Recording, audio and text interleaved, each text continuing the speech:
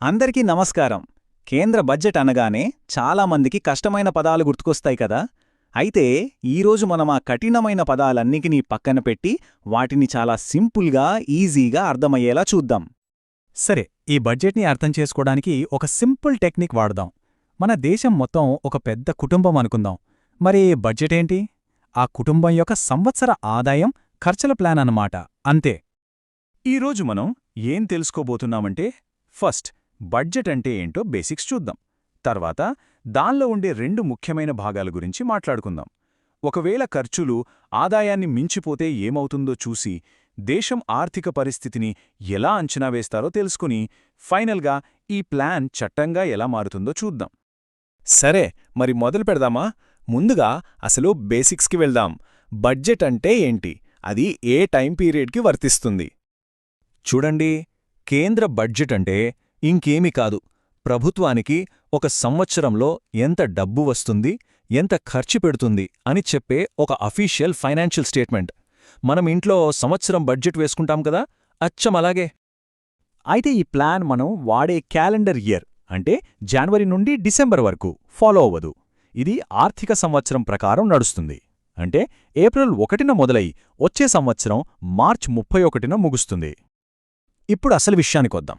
ప్రభుత్వానికొచ్చే డబ్బు, పెట్టే ఖర్చు ఇవన్నీ రెండు పెద్ద భాగాలుగా విడిపోతాయి. ఒకటి రెవెన్యూ, రెండోది మూలధనం. ఈ రెండిటి మధ్య తేడా అర్థం చేసుకుంటే బడ్జెట్ చాలా వరకు అర్థమైనట్టే. ఈ రెండిటి మధ్య తేడా చాలా సింపుల్. రెవెన్యూ అంటే జీతాలు, బిల్లులు లాంటి రోజువారీ ఖర్చుల కోసం అన్నమాట. అంటే ఈ రోజు బండి నడవడానికి అయ్యే ఖర్చు. అదే మూలధనం అంటే భవిష్యత్తు కోసం చేసే పెట్టుబడి. రోడ్లు, పోర్ట్లు, స్కూల్స్ కట్టడం లాంటివి. ఇవి మనకు ఫ్యూచర్లో ఉపయోగపడతాయి. మరి ప్రభుత్వానికి ఆదాయం ఎలా వస్తుంది? మెయిన్గా పన్నుల నుంచే.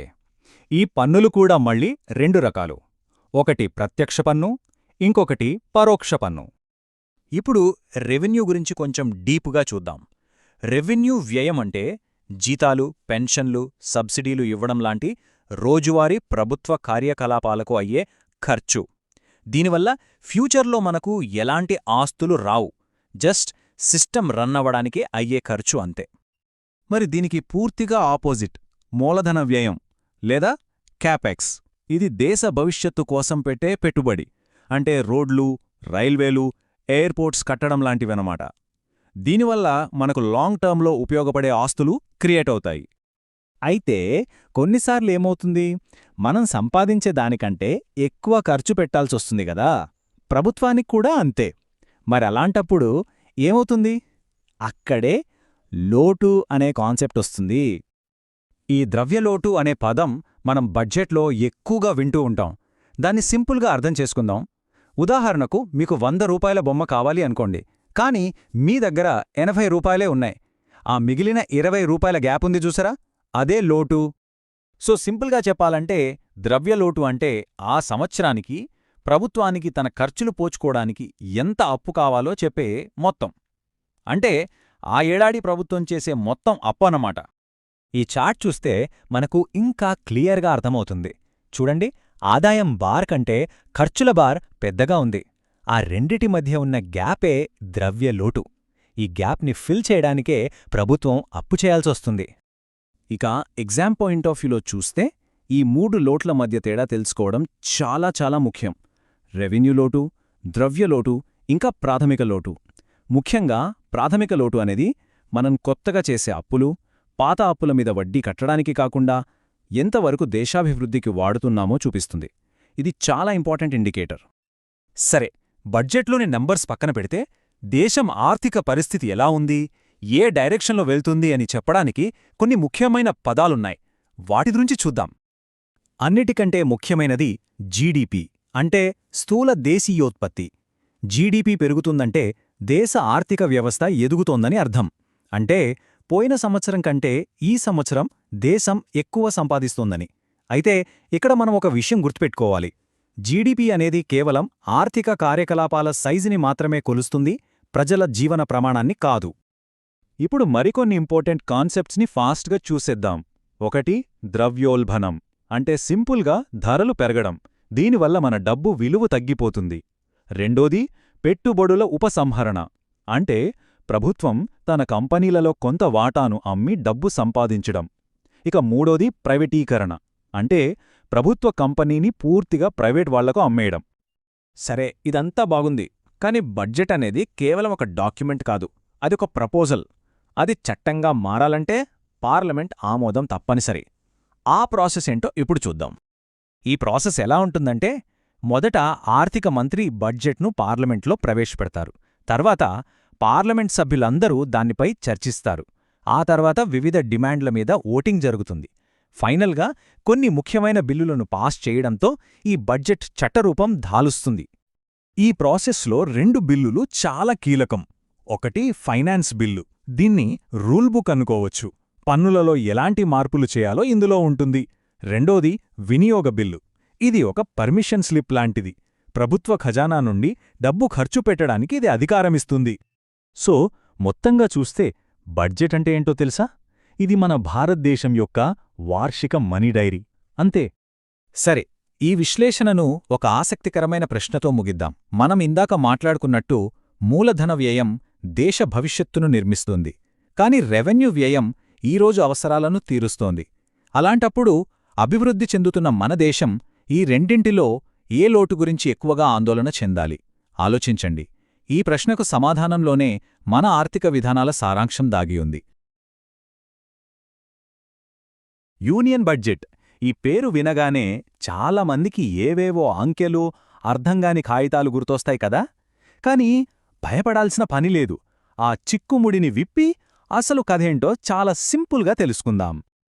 అస్సలు ప్రభుత్వానికి అత్యంత ముఖ్యమైన ఈ ఫినాన్షియల్ డాక్యుమెంట్లో ఏముంటుంది? ఎప్పుడైనా అనిపించిందా? మన దేశ భవిష్యత్తును, మన ప్రాధాన్యతలను, మన ఆర్థిక దిశను నక్కీచేసే ఆ పత్రాల గురించే మనం ఇప్పుడు లోతుగా చూడబోతున్నాం. చూడండి, బడ్జెట్ అంటే ఒకే పుస్తకం కాదు, మొత్తం 12 కీలకమైన పత్రాలుంటాయి. అమ్మో, 12 అని కంగారు పడకండి. ప్రతి పత్రానికి ఓ ప్రత్యేకమైన ఉద్దేశముంది. వాటిని ఒక్కొక్కటిగా విడదీసి చూస్తే బడ్జెట్ మొత్తం మనకు చాలా స్పష్టంగా అర్థమైపోతుంది. సరే, ఈ పత్రాలన్నిటినీ సులభంగా అర్థం చేసుకోవడానికి మన ప్రయాణాన్ని కొన్ని భాగాలుగా విభజించుకుందాం. ముందుగా బడ్జెట్కు రాజ్యాంగమే పునాది అంటారెందుకు అది చూద్దాం. ఆ తర్వాత ఆర్థిక నియమాలేంటో తెలుసుకుందాం. ఇక ఆ తర్వాత అసలైన విషయం, ఈ అంకెల గారడీని ఎలా అర్థం చేసుకోవాలో చూసి చివరగా ఈ పత్రాలన్నీ మనలాంటి సామాన్యులకు, మన ప్రజాస్వామ్యానికి ఎందుకంత ముఖ్యమో చర్చిద్దాం. రైట్, మొదటి భాగం రాజ్యాంగపరమైన మూలాలు. చూడండి, బడ్జెట్ అనేది కేవలం ప్రభుత్వం ప్రతి సంవత్సరం వేసే ఓ లెక్క కాదు. ఇది మన భారత రాజ్యాంగం ప్రకారం తప్పనిసరిగా చెయ్యాల్సిన ఒక ప్రక్రియ. మరి ఈ ప్రక్రియకు మూలస్తంభాలైన పత్రాలేంటో ఇప్పుడు చూద్దాం. అన్నింటికంటే ముఖ్యమైనది బడ్జెట్కే గుండెకాయ లాంటిది, యాన్యువల్ ఫైనాన్షియల్ స్టేట్మెంట్. దీన్నే షార్ట్గా ఏఎఫ్ఎస్ అంటారు. మన రాజ్యాంగంలోని ఆర్టికల్ 112 ప్రకారం ప్రభుత్వం దీన్ని ఖచ్చితంగా పార్లమెంట్ ముందు పెట్టాలి. సింపుల్గా చెప్పాలంటే, రాబోయే ఆర్థిక సంవత్సరంలో ప్రభుత్వానికి ఎంత డబ్బు వస్తుంది, ఎంత ఖర్చు పెడతారు అనే మొత్తం లెక్కంతా ఇందులో ఉంటుంది. ప్రభుత్వ ఖాతాల్లో మొదటిది, అత్యంత కీలకమైనది consolidated fund of India. Article 266 ప్రకారం ఇది ప్రభుత్వానికి మెయిన్ బ్యాంక్ అకౌంట్ లాంటిది.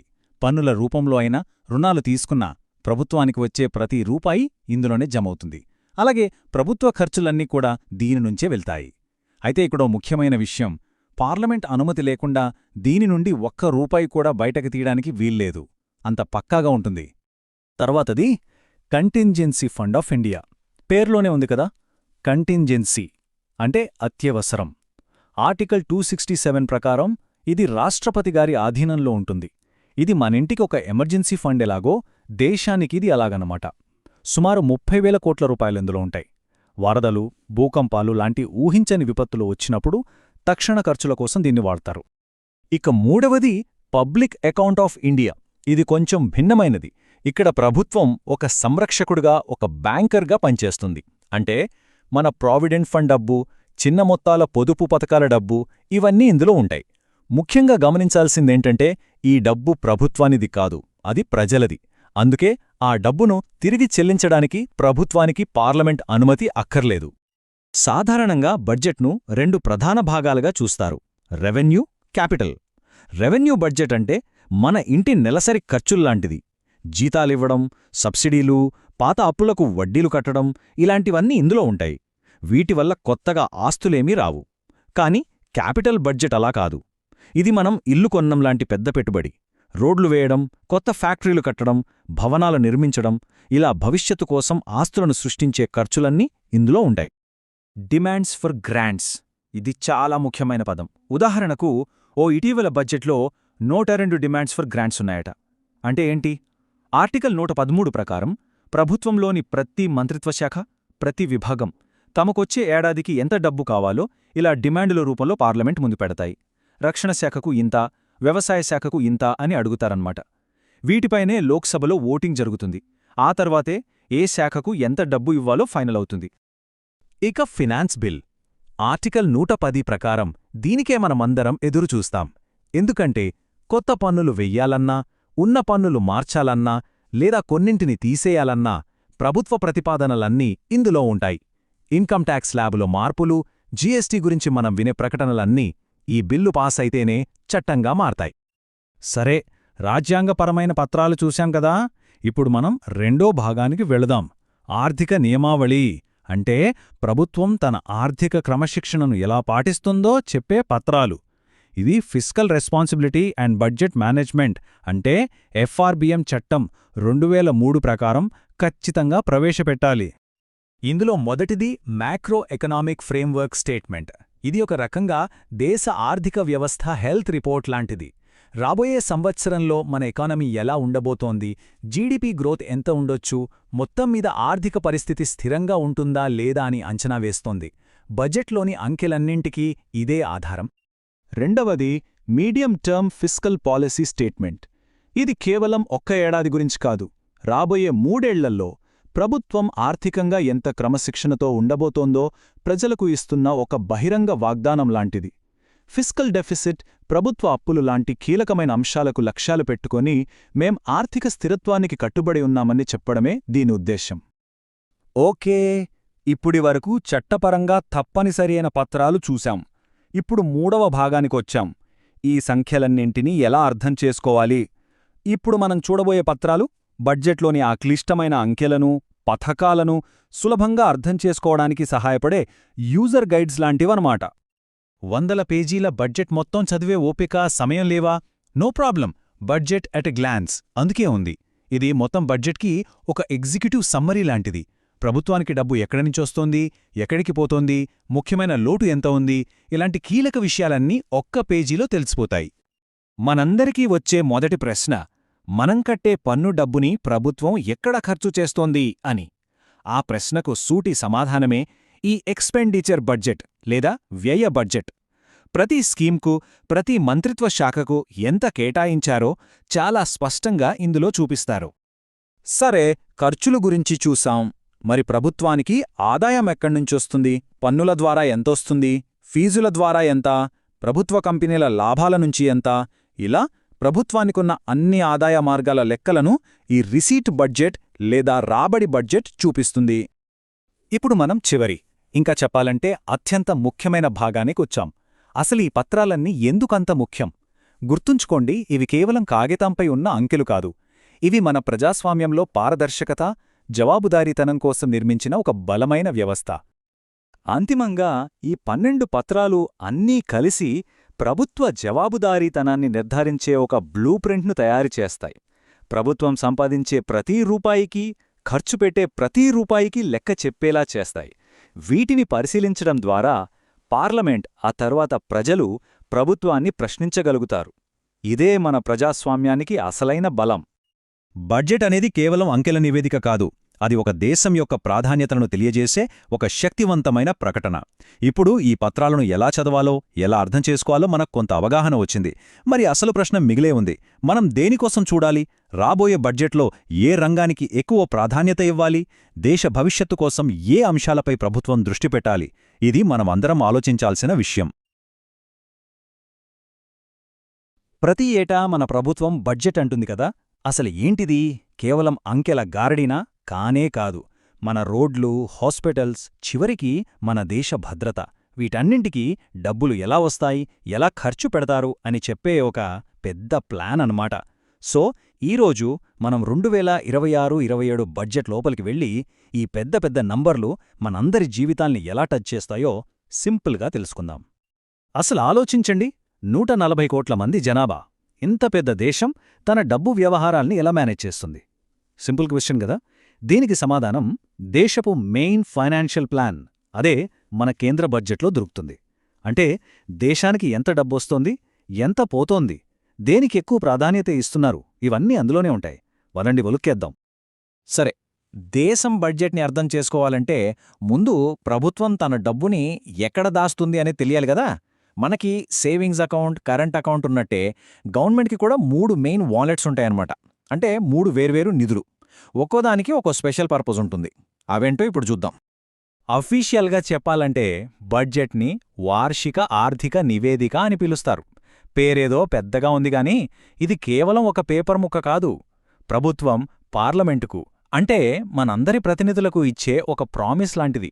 వచ్చే ఏడాది మాకింత డబ్బొస్తుంది అని అనుకుంటున్నాం, ఆ డబ్బుని ఫలానా వాటికి ఖర్చు చేయబోతున్నాం అని లెక్కలతో సహా చెప్పడమే ఇది. ఓకే, ప్రభుత్వం ఫైనాన్స్ అంతా ఈ 3 అకౌంట్స్ మీదే నడుస్తుంది. మొదటిది సంఘటిత నిధి. ఇది గవర్నమెంట్ మెయిన్ బ్యాంక్ అకౌంట్ అనుకోండి. మనం కట్టే పన్నులన్నీ ఇందులోకే వెళ్తాయి. ప్రభుత్వ ఉద్యోగుల జీతాలు, కొత్త స్కీమ్సు అన్నీ దీన్నుంచే పే చేస్తారు. రెండవది ఆగంతుక నిధి. పేర్లోనే ఉంది కదా, ఇది ఒక ఎమర్జెన్సీ ఫండ్. వరదలు, భూకంపాలు లాంటివి వచ్చినప్పుడు వాడటానికి రాష్ట్రపతి కంట్రోల్లో ఉంటుంది. ఇక మూడోది ప్రభుత్వ ఖాతా. ఇందులో ఉండేది మన డబ్బు, అంటే పిఎఫ్ లాంటివి. ప్రభుత్వం దీన్ని ఒక ట్రస్టీలా కాపలా కాస్తుంది, మళ్ళీ మనకే తిరిగిచ్చేయాలి. సరే, ఇప్పుడు ఆ 3 నిధుల్లోకి వెరీ ఇంపార్టెంట్ అయిన సంఘటిత నిధి మీద ఫోకస్ చేద్దాం. దేశాన్ని నడపడానికి కావాల్సిన డబ్బంతా ఇక్కడికే కదా వచ్చేది. అసలు ఈ మెయిన్ వ్యాలెట్ ఎలా నిండుతుంది? గవర్నమెంట్కి డబ్బు ఎక్కడ్నుంచొస్తుంది? ఒకసారి నంబర్ చూడండి. అమ్మో, సుమారు 39.5 లక్షల కోట్లు. ఊహించడానికే కష్టంగా ఉంది కదా. రాబోయే ఫైనాన్షియల్ ఇయర్లో గవర్నమెంట్ ఇంత డబ్బు సంపాదించాలని టార్గెట్ పెట్టుకుంది. దేశంలో జరిగే ప్రతి అభివృద్ధి పనికి డబ్బు ఇక్కడ్నుంచి రావాలి. ఇంతకీ ఈ డబ్బులో సింహభాగం ఎక్కడ్నుంచొస్తోందంటారు? గవర్నమెంట్ ఆదాయం ఎక్కడెక్కడ్నుంచొస్తుందో చూస్తే ఒక విషయం చాలా క్లియర్గా అర్థమవుతుంది. ఈ చార్ట్లో ఆ ఎత్తైన బార్ చూడండి, అదేంటో తెలుసా? మనం కట్టే పన్నుల ద్వారా వచ్చే ఆదాయం. దాని పక్కనున్న చిన్న బార్ పన్నులు కాకుండా వచ్చే ఆదాయం. రెండింటికి ఎంత తేడా ఉందో చూశారా? అంటే దేశ ఆర్థిక బండిని లాగేది పన్నులే అన్నమాట. మరి ఆ పన్నుల ఆదాయంలోకి ఇంకాస్త లోతుగా వెళ్దాం. ఈ చార్ట్లో చూడండి, అతిపెద్ద ముక్కలేవి? ఒకటి మనలాంటి జీతాలు తీసుకునేవాళ్లు కట్టే ఇన్కమ్ ట్యాక్స్. రెండోది పెద్ద పెద్ద కంపెనీలు తమ లాభాలపై కట్టే కార్పొరేషన్ ట్యాక్స్. ఈ రెండూ కలిపితేనే గవర్నమెంట్ ట్యాక్స్ ఆదాయంలో సగానికి పైగా ఉంది. ఆ తర్వాత ప్లేస్లో వస్తువులు, సేవల మీద వేసే జీఎస్టీ ఉంది. సరే, డబ్బు ఎక్కడ్నుంచొస్తుందో చూశాం. జనాలు, కంపెనీలు కట్టే పన్నులే మెయిన్ సోర్స్. మరి ఇంత కష్టపడి సంపాదించిన డబ్బుని ప్రభుత్వం ఎక్కడ ఖర్చు పెడుతోంది? ఎలా ఖర్చు పెడుతోంది? ఇప్పుడు కథలో రెండో పార్ట్కి వెళ్దాం. గవర్నమెంట్ ఖర్చులు అనగానే మనకు వెంటనే స్కూల్స్, రోడ్లు, ఆర్మీ గుర్తొస్తాయి. కానీ బడ్జెట్లో అతిపెద్ద ఖర్చు వీట్లో ఏదీ కాదు. షాకింగ్గా ఉంది కదా. మరి ఏంటది? గతంలో చేసిన అప్పుల మీద కట్టే వడ్డీ. ఇది అచ్చం మన క్రెడిట్ కార్డ్ బిల్లు లాంటిది. కొత్తగా ఏమి కొనకముందే జీతంలో కొంత భాగం పాత అప్పుల వడ్డీకే పోతుంది. దేశం విషయంలోనూ అంతే. ఆ వడ్డీల భారం ఎంత పెద్దదో ఈ స్లైడ్ చూస్తే అర్థమవుతుంది. ఆ ఎడంవైపున ఆకాశమంత ఎత్తులో ఉన్న బార్ చూడండి, అవే వడ్డీ చెల్లింపులు. దాని పక్కన దేశ రక్షణకు పెట్టే ఖర్చు, రాష్ట్రాలకు ఇచ్చే సాయమున్నాయి. వాటితో పోలిస్తే వడ్డీలకే ఎంత ఎక్కువ డబ్బు పోతోందో మీరే గమనించండి. సరే, సంపాదన చూశాం, ఖర్చు చూశాం. ఇప్పుడు మైండ్లో వచ్చే నెక్స్ట్ క్వశ్చన్ ఏంటి? వచ్చిన డబ్బు, పోయిన డబ్బుకి లెక్క సరిపోయిందా, లేక ఖర్చులే ఎక్కువయ్యాలా? చాలాసార్లు ఏమవుతుందంటే ప్రభుత్వం రోజువారీ ఖర్చులకు దాని సాధారణ ఆదాయం కంటే ఎక్కువ ఖర్చు పెట్టేస్తుంది. దీనే టెక్నికల్స్గా రాబడి లోటు అంటారు. సింపుల్గా చెప్పాలంటే నెల జీతం 10,000 అయితే ఇంటి ఖర్చులు 12,000 అవ్వడం లాంటిది. అప్పుడు ఆ 2,000 లోటొస్తుంది కదా, అదే ఇది. మరి 2026-27 సంవత్సరానికి ఈ లోటు ఎంత ఉంటుందని అంచనా వేస్తున్నారో తెలుసా? దాదాపు 6 లక్షల కోట్ల రూపాయలు. ఇది రోజువారీ సంపాదనకు ఖర్చుకు మధ్య ఉన్న గ్యాప్ అన్నమాట. ఇంత పెద్ద గ్యాప్ని ప్రభుత్వం ఎలా ఫిల్ చేస్తుంది? సంపాదన సరిపోనప్పుడు ఇంకేం చేస్తారు? ఉన్న ఒకే ఒక దారి అప్పు. ఈ లోటును పూరించడానికి, అలాగే కొత్తగా రోడ్లు, పోర్ట్లు లాంటివి కట్టడానికి కూడా ప్రభుత్వం అప్పు చేయాల్సిందే. ఇదే బడ్జెట్లో చాలా కీలకమైన పాయింట్. ఈ అప్పుల లెక్కలు మనకు మూలధన ఖాతాలో కనిపిస్తాయి. ఇక్కడ టేబుల్లో చూడండి, అతిపెద్ద సోర్సేది మార్కెట్ రుణాలు. అంటే ప్రభుత్వం బాండ్స్ ఇష్యూ చేసి మనలాంటి సామాన్యులు, బ్యాంకులు, ఫైనాన్షియల్ కంపెనీల నుంచి అప్పు తీసుకుంటుంది. మన బడ్జెట్ గ్యాప్ని పూడ్చేది ప్రధానంగా ఇదే. ఓకే, సంపాదన, ఖర్చులు, అప్పులు, ఈ నెంబర్లన్నీ చూశాం కదా. ఇప్పుడు ఫైనల్గా ఈ పెద్ద లెక్కలన్నీ ఒక కామన్ మ్యాన్కి ఏం చెబుతున్నాయి? ఈ బడ్జెట్ నుంచి మనం తెలుసుకోవాల్సిన మెయిన్ పాయింట్స్ ఏంటి? ఈ బడ్జెట్ మనకు చాలా క్లియర్గా ఒక కథ చెప్తోంది. 1. దేశం నడవడానికి కావలసిన డబ్బు మన పన్నుల నుంచే వస్తుంది. 2.